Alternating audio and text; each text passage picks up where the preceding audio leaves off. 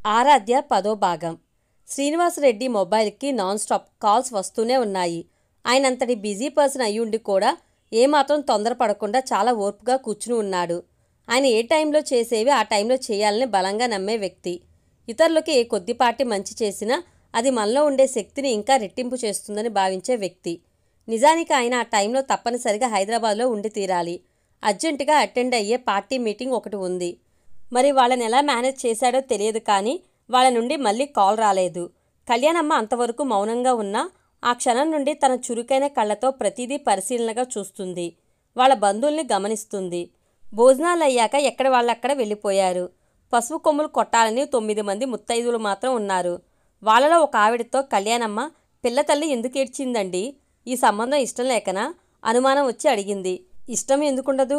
అబ్బాయి ఉద్యోగస్తుడేగా, పైగా అమ్మాయికి ఉద్యోగం కూడా ఇప్పించాడట. మరి ఇంకెందుకు? అబ్బాయికి ఎవరూ లేరనా? ఆ అనుమానం కూడా వచ్చింది ఆమెకు. చచ్చా, వాళ్ళు ఉండి మాత్రం ఏం చేస్తారు? ఎవరూ లేకపోవడమే మంచిదని రమాదేవి ఒకసారి నాతో చెప్పింది. అదేంటండి, ఎవరూ లేకపోవడం ఏం మంచిది? ఉదయం నుండి నేను గమనిస్తూనే ఉన్నాను. అబ్బాయి తరపున మేము వచ్చాం కదా, కనీసం మాతో కూడా 4 మాటలు మాట్లాడలేదు. ప్రత్యేకించి మర్యాదలు చేయలేదు. పెళ్లి గురించి కట్న కానుకల గురించి ఒక్క మాట కూడా మాట్లాడలేదు. మీ వైపున ఇలాగే ఉంటారా? ఇవేనా మీ పద్ధతులు అని అడిగింది కోపంగా. ఆమె అంత కోపంగా అడుగుతుంటే ఇన్ని రోజులకి రమాదేవిని ప్రశ్నించే వ్యక్తి వచ్చిందన్న ఆనందం ఎక్కువై, మీరు అబ్బాయి తల్లిదండ్రులు కారు కదా, ఎందుకింత లోతుగా ఆలోచిస్తున్నారు? ఏదో వచ్చారు, కామ్గా వెళ్తే సరిపోతుంది కదా అంటూ ఇంకాస్త రెచ్చగొట్టింది. ఆమె ఎవరో కాదు, రమాదేవి తోడుకోళ్ళు. ఒక్కసారి అబ్బాయి చదువు కోసం ఊటీ వెళ్తున్నాడు, ఓ 2 కిలోలు స్వీటు పంపమని అడిగితే, ఊళ్ళో స్వీట్ హౌసులు లేవా? నేను గ్రామ్ బంగారం అడిగితే వాళ్ళు ఇస్తారా? మనం కూడా స్వీట్ ఇవ్వద్దు, బయట కొనుక్కుంటాలే అని భర్తతో అన్నదట. అది ఎవరో విని ఆమెతో చెప్పారు. అప్పటి నుండి రమాదేవి అంటే ఆ తోడుకోళ్లకి కోపం. ఆ కోపం సమయాన్ని బట్టి ఎప్పుడెప్పుడు బయటికి వద్దామా అని పాము పిల్లలా తొంగి చూస్తుంది. కళ్యాణమ్మ వాదిస్తున్నట్లు కాకుండా చాలా సౌమ్యంగా, తల్లిదండ్రుల కన్నా ఎక్కువగానే ఉంటాం హేమంత్తో. అందుకే వచ్చాం. మాకు పనులు లేక కాదు, పద్ధతులు తెలియక కాదు. అసలు మర్యాద ఇవ్వటం రాని వాళ్ళ దగ్గర ఒక్క క్షణం ఆగాలన్నా మాకు ఇబ్బందిగానే ఉంటుంది అంది. మర్యాద ఇవ్వటం రాక కాదు, దానికి బలుపు ఎక్కువ. మొన్నటి వరకు కాస్త చచ్చినట్లే ఉన్నది. కూతురికి ఉద్యోగం వచ్చాకనే కళ్ళు పైకెక్కాయి. ఇక ఈ పెళ్లి కాస్త అయ్యిందనుకో, ఇక ఆపేవాళ్లే ఉండరు. అదేమంటే మాకు అబ్బాయి ముఖ్యం, కానీ అబ్బాయి తరపు వాళ్లతో మాకేం పని అంటుంది. దానికి అసలు తలకాయ ఉంటేగా, ఎవరిని ఎలా చూడాలో తెలిస్తేగా అంటూ విసుక్కుంది ఇంకో ఆవిడ. కళ్యాణమ్మకి ఆవిడని చూస్తుంటే నిజాలు మాట్లాడే వ్యక్తిలా అనిపించి, ఇంతకీ ఆవిడ ఎందుకు ఏడ్చినట్టు అంది. ఆమెకి ఆ రహస్యమేంటో తెలుసుకోవాలని ఉంది. ఆవిడ బాధలు మనకేం తెలుస్తాయి కళ్యాణమ్మ గారు? చనిపోయిన వాళ్ళ అన్నయ్య గుర్తొచ్చాడేమో. అయ్యో, వాళ్ళ అన్నయ్య చనిపోయాడా? ఎప్పుడు? సానుభూతిగా అడిగింది కళ్యాణమ్మ. 7 నెలలు దాటింది అన్నారెవరో. అవాక్కయింది కళ్యాణమ్మ. అక్కడ కూర్చున్న ముత్తైదువులు కళ్యాణమ్మను చూసి ఆశ్చర్యపోలేదు. ఆమె కట్టు బొట్టు మాట తీరు ఆసక్తిగా గమనిస్తున్నారు. సీతాలమ్మ పనులు చేసుకుంటూ అటు ఇటు తిరుగుతూ తన కళ్ళను చెవులను ఇటే ఉంచింది. కళ్యాణమ్మలో దేన్నో పరిశోధన చేస్తున్నట్లు చాలా లోతుగా చూస్తుంది. అక్కడ ఏం జరిగినా జరిగినట్లు రమాదేవికి చేరవేయడమే సీతాలమ్మ ప్రధాన విధి. కళ్యాణమ్మ మాత్రం తన వైపు ఎవరెలా చూసినా తనకు సంబంధం లేనట్లు అలా ఏడవటం నాకు నచ్చలేదు. బ్రతికి ఉన్న కూతురు ఎక్కువ, చనిపోయిన అన్నయ్య ఎక్కువ? శుభమా అని నిశ్చితార్థం జరుగుతుంటే కళ్ళనీళ్లు పెట్టుకోవడం ఏమిటి? అంతగా కావాలంటే ఎవరూ లేనప్పుడు ఒంటరిగా కూర్చుని ఏడవాలి అంది. ఒంటరిగా కూర్చుని ఏడిస్తే ఎవరు చూస్తారు? జాలిపడేవాళ్ళు కావాలిగా. లాభం లేకుండా మా రమాదేవి ఏ పని చేయదు అని పక్కనే కూర్చుని ఉన్నావిడ అంది. జాలి కోసమా? అన్నయ్య అంటే ప్రేమ లేదా? అంది ఆశ్చర్యంగా కళ్యాణమ్మ. ప్రేమా పాడా? అంతా నటన. అసలు ఆ ఏడుపు అందుకు కాదులే, ఇంకెందుకు? ఆరాధ్య శుక్రవారం పుట్టిందట. పెళ్లి చేసి అత్తగారింటికి పంపితే ఉన్న సంపద మొత్తం ఊడ్చుకుపోతుందట. అందుకే ఆ ఏడుపు. ఆడపిల్లకి పెళ్లి చేయకపోతే బాగుండదని లోకం కోసం చేస్తుంది, కానీ ఇష్టంతో చేయడం లేదు. దానికంత ఏడుపెందుకు? శుక్రవారం పుట్టిన అమ్మాయి అత్తగారింటికి పంపేటప్పుడు ఆ అమ్మాయి చేత లక్ష్మీ రూపును తల్లి మెళ్ళలో కట్టించుకునే పంపుతారుగా అంది కళ్యాణమ్మ. అయినా నమ్మదు మా రమాదేవి. ఈ పెళ్లి అనుకున్నప్పటి నుండి షాప్లో గిరాకీ తగ్గిందని ఒకటే ఏడుపు. చాచా, అసలు ఏడుస్తూ పెళ్లి ముహూర్తం పెట్టిస్తారా ఎవరైనా? షాప్లో గిరాకీ తగ్గడానికి ఆరాధ్య పెళ్లికి అసలు సంబంధమే లేదు. అదే నిజమైతే శుక్రవారం పుట్టిన ఆడపిల్లలకి పెళ్లిళ్లే చేయరు. ఏ నమ్మకాలో ఏమో అంది కళ్యాణమ్మ. వాళ్ళు అలా మాట్లాడుకుంటుండగానే కొందరు ముత్తైదువులు లేచి పసుపు దంచడానికి ఏమేం అవసరమవుతాయో అవన్నీ రోలు దగ్గరకు పట్టుకొచ్చారు. ఆ పనులన్నీ రమాదేవి కన్నా సీతాలమ్మనే ఎక్కువగా చేస్తుంది. పసుపు కొమ్ములు, తాంబూలాలు, అరటిపళ్ళు తెచ్చి రోలు దగ్గర పెట్టారు. రోలుకి రోకలికి పసుపు రాసి కుంకుమ బొట్లు పెట్టి అలంకరించారు. 5 పోగుల దారమునకు పసుపు రాసి తమలపాకు ముడివేసి రెండింటికి కట్టారు. రోల్లో 5 పసుపు కొమ్ములు వేసి 5గురు ముత్తైదువులు దంచారు. ఆ తర్వాత మరికొన్ని వేసి దంచారు. మెత్తగా నూనె ఆ పసుపును తలంబ్రాల బియ్యంలో కలుపుతారు. కాస్త దూరంగా కూర్చుని చూస్తున్న కళ్యాణమ్మను పిలిచారు. ఆమెకెందుకో రోలు దగ్గరికి వెళ్ళాలనిపించలేదు. ఆమెకు తెలిసినంతలో శుక్రవారం నిశ్చితార్థం జరపరు. పసుపు కొమ్ములు కూడా దంచరు. వీళ్ళేదో టైం తక్కువగా ఉందని మగపిల్లవాడు గలవాళ్ళు పసుపు దంచకముందే దంచేసుకుంటున్నారు. 1 వారం లేదు, వజ్యం లేదు, రాహుకాలాలు లేవు. చూస్తుంటే అసలు ఏ నమ్మకాలు లేనట్లుంది. అందుకే ఆమె చాలా సున్నితంగా మీరు కానియ్యండి అంటూ కూర్చున్న చోటు నుండి కదల్లేదు. ఒకరి ముఖాలు ఒకరు చూసుకున్నారే తప్ప కళ్యాణమ్మను మళ్ళీ పిలిచే ధైర్యం చేయలేదు. పసుపు దంచే కార్యక్రమం పూర్తయింది. వచ్చిన ముత్తైదువులంతా పండు తాంబూలాలు తీసుకుని ఇళ్లకెళ్ళిపోయారు. అంతవరకు ఉన్న సందడంతా వాళ్లతోనే వెళ్ళిపోయింది. ఇక మిగిలింది రోడ్డు మీద వెళ్లే వాహనాల శబ్దాలు, పొగ, దుమ్ము అంతే. రమాదేవి తోడికోడళ్లలో ఒక ఆవిడ పండు తాంబూలం తీసుకుని ఇంటికెళ్తూ గుమ్మం దాటాక ఏదో గుర్తొచ్చినట్లు ఆగి అక్కడే నిలబడి, రమా, పెళ్ళికొడుకు తరపున వచ్చిన వాళ్ళు రాత్రి ట్రైన్కి వెళ్తారేమో, వాళ్ళకంత అన్నం ఉడకేసి పెట్టి పంపు, పనుల్లో పడి నిర్లక్ష్యం చేయకు అంటూ వెళ్ళిపోయింది.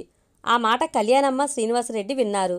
సీతాలమ్మ వంటగదిలోకి వెళ్ళి వంట చేస్తుంటే రమాదేవి వెళ్ళి షాప్లో కూర్చుంది. శాంతారాం బయటికెళ్ళాడు. సునీల్ ఎక్కడ ఉన్నాడో కనిపించలేదు. సీతాలమ్మ అడావిడిగా తిరుగుతూ, మీరు చేతులు కడుక్కోండి, అన్నం వడ్డిస్తాను, ట్రైన్ టైం కావస్తుంది అంటూ వాళ్ళు చూస్తుండగానే అన్నం వడ్డించింది. రమాదేవి, శాంతారాం, సునీల్ ముగ్గురు ఒకేసారి లోపలికి వచ్చి వాళ్ళ పనులేవో వాళ్ళు చూసుకుంటున్నారు. ఆకలిగా ఉన్న అన్నం తినాలనిపించలేదు కళ్యాణమ్మ, శ్రీనివాసరెడ్డిలకు. ఏదో పెట్టారు కాబట్టి తిన్నామన్నట్లు భోజనం ముందు కూర్చుని లేచారు. అప్పటికే శాంతారాం తన చేతికున్న వాచ్ వైపు చూస్తున్నాడు. రమాదేవి, సీతాలమ్మ గోడకున్న గడియారం వైపు చూస్తున్నారు. ట్రైన్ టైం అయ్యింది, బయలుదేరమని నోటితో చెప్పలేక వాళ్ళు పడుతున్న అవస్థను అర్థం చేసుకుని వెంటనే బయటకు నడిచారు కళ్యాణమ్మ, శ్రీనివాసరెడ్డి. రాత్రి 9 దాటింది. ఇంటి ముందున్న రోడ్డు మీదనే ఆటోని ఆపి వాళ్ళని ఆటో ఎక్కించారు. ఆటో దగ్గరికి శాంతారాం, రమాదేవి, సీతాలమ్మ, సునీల్ వచ్చారు. స్టేషన్ వరకు ఎవరూ వెళ్ళలేదు. వాళ్ళు స్టేషన్ రాగానే ఆటో దిగి ప్లాట్ఫామ్ మీదకెళ్లారు. అప్పటికే వాళ్ళు ఎక్కవలసిన రైలు వచ్చి ప్లాట్ఫామ్ మీద ఆగి ఉంది. దాన్ని చూడగానే అది మనం ఎక్కాల్సిన ట్రైనే అంటూ వేగంగా వెళ్ళి ట్రైన్లో కూర్చున్నారు. ట్రైన్లో కూర్చున్నాక హేమంత్ చాలా తెలివిగలవాడు. అతని ఆలోచనలతో 100 మందికి బ్రతుకు తెరువు కల్పించగలిగే శక్తి ఉన్నవాడు. అందరి మంచి కోరేవాడు. ఇలాంటి సంబంధానికి ఎలా ఒప్పుకున్నాడు? పెళ్ళంటే ఒక్కరోజు ముచ్చట కాదు, భార్య అంటే ఒక్క రాత్రి ఆనందం కాదు, ఎన్నో రోజులు, ఎన్నో రాత్రులు కలిసి గడపాలి, కలిసి జీవించాలి. ఈ కుటుంబ సభ్యులు మనతోనే ఇలా ఉంటే ఇక హేమంత్తో ఎలా ఉంటారో, హేమంత్ని ఎలా చూస్తారో, అల్లుడు మర్యాదలు ఎలా చేస్తారో అంది కళ్యాణమ్మ. ఆమె అసంతృప్తిని అర్థం చేసుకున్నాడు శ్రీనివాసరెడ్డి. అంతా ఫేట్, ఎక్కువగా ఆలోచించుకో అన్నాడు. ఆలోచించకుండా ఎలా ఉంటామండి? హేమంత్కి ఎవరూ లేరు, అన్నీ మనమే. అతని తరపునే కదా మనం వచ్చాం, అన్నీ మనతోనే కదా వాళ్ళు మాట్లాడవలసింది. పెళ్ళి అన్నాక ఎన్ని మాటలు ఉంటాయి? 4 పెద్దవాళ్ల మధ్యలో మనల్ని కూర్చోబెట్టి ఒక్క మాటన్నా మాట్లాడారా? అలాంటి సిట్యువేషన్ కూడా మనకు అక్కడ కనిపించలేదు. అసలు ఏమనుకుంటున్నారు వాళ్ళు అంది. ఆయన నవ్వి, ఏం మాట్లాడాలి మనతో అన్నాడు. ఏం మాట్లాడాలి అంటారేంటండి? అమ్మాయికి పసుపు కుంకుమ కింద ఎంత డబ్బు ఇస్తారు? పట్టు చీరలు, మిగతా వస్త్రములు ఎన్ని పెడతారు? అబ్బాయికి సూటు, మిగతా వస్త్రములు ఎన్ని?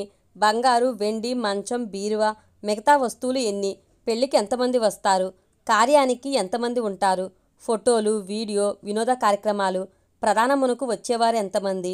వారికి ఏ విధమైన సత్కారం జరపాలి? ఇవన్నీ మాట్లాడుకోరా అంది. అవన్నీ హేమంత్తో ముందుగానే మాట్లాడుకుని ఉంటారు. మాట్లాడినా మళ్ళీ మనతో కూడా మాట్లాడాలిగా. మరి అలాంటప్పుడు మనం అంత దూరం నుండి ఎందుకు వచ్చినట్లు? భోంచేసి వెళ్ళటానికి అన్నాడు శ్రీనివాసరెడ్డి. ఆ మాట వినగానే నాకు కూడా అలాగే అనిపిస్తుందండి అంది అమాయకంగా ముఖం పెట్టి. నీకు చాలా అనిపిస్తున్నాయని నాకు తెలుసు. చాలా అంటే వాళ్ళను పీడించి పిప్పి చేసి హేమంత్కి కట్నం తీసుకోవాలని మాత్రం నాకు అనిపించడం లేదు. నేనే కట్నానికి వ్యతిరేకిని. కాకుంటే పెళ్ళన్నాక కొన్ని అచ్చట్లు ముచ్చట్లు తీరితేనే అందంగా ఉంటుంది. అమ్మాయి విలువ కూడా పెరుగుతుంది. పెరిగిన విలువ 10 మందికి తెలియాలి అంటే అటువైపు పెద్దవాళ్ళం, ఇటువైపు పెద్దవాళ్ళం ఓ చోట కూర్చుని ఆత్మీయంగా, గౌరవంగా మాట్లాడుకోవాలి. ఇలాంటివి ఒక హేమంత్తో ఫోన్లో ఎంతసేపు మాట్లాడినా కావు. మనం ఉండేది అడవిలో కాదు, సమాజంలో అంది. శ్రీనివాసరెడ్డి మౌనంగా ఉన్నాడు. నాకెందుకో వీళ్ళ కుటుంబ పద్ధతులు ఆదిలోనే నచ్చలేదు. రమాదేవి తోడుకోడలు కూడా పైకి పాజిటివ్గా అనిపించినా లోపల చాలా నెగిటివ్గా ఉన్నట్లు వాళ్ళ ముఖాలు చూస్తేనే అర్థమవుతుంది. శాంతారాం గారి అన్నదమ్ముల్ని మీరు గమనించారో లేదో, వైట్ అండ్ వైట్ డ్రెస్సుల్లో అచ్చు ఆంబోతుల్లా సింబోతుల్లా ఉన్నారు. వాళ్ళ మధ్యలో హేమంత్ను ఊహించడానికే భయంగా ఉంది. నువ్వేం ఊహించకు, భయపడకు. శాంతారాం ఫ్యామిలీకి మనం మాత్రమే కొత్త. ఆరాధ్య ద్వారా హేమంత్ ఎప్పుడో పాతవాడైపోయి ఉంటాడు. వాళ్ళ పద్ధతులు అన్నీ నచ్చే ప్రొసీడ్ అయి ఉంటాడు.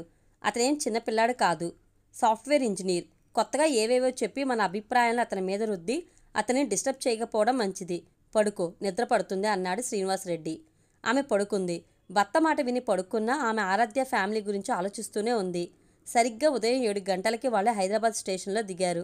స్టేషన్ దగ్గరికి హేమంత్, కాశీరెడ్డి వచ్చారు. అందరూ కలిసి హేమంత్ ఇంటికి వెళ్లారు.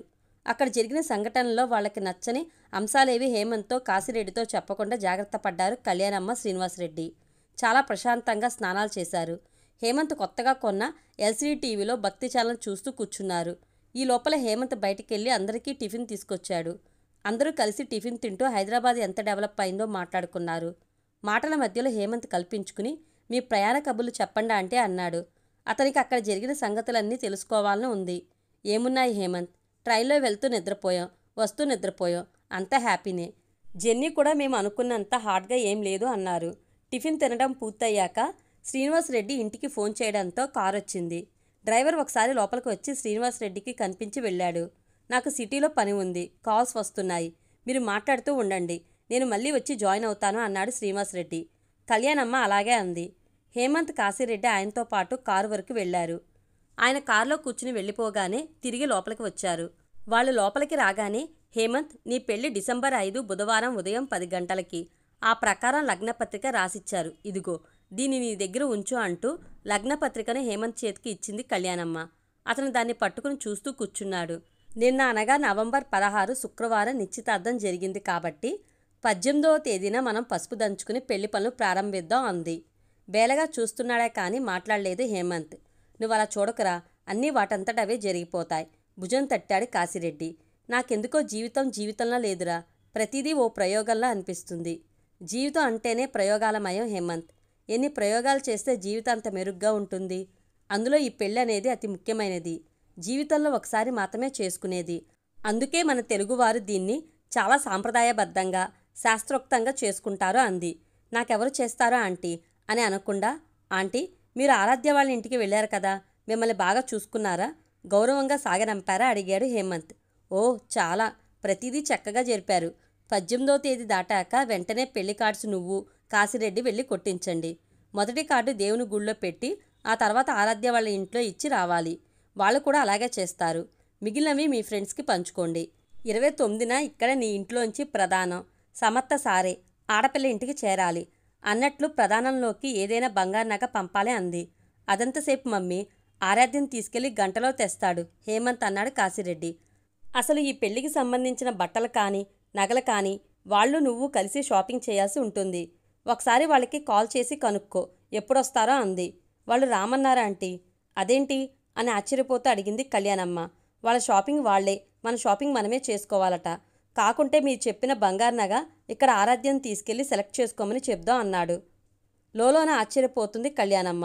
ఈ పెళ్లి విషయంలో హేమంత్ మాట కన్నా వాళ్ల మాటకే ప్రాధాన్యత ఉండేలా అనిపిస్తుంది. దాన్ని ఆమె బయటికి ప్రకటించకుండా లోపలే దాచుకుంది.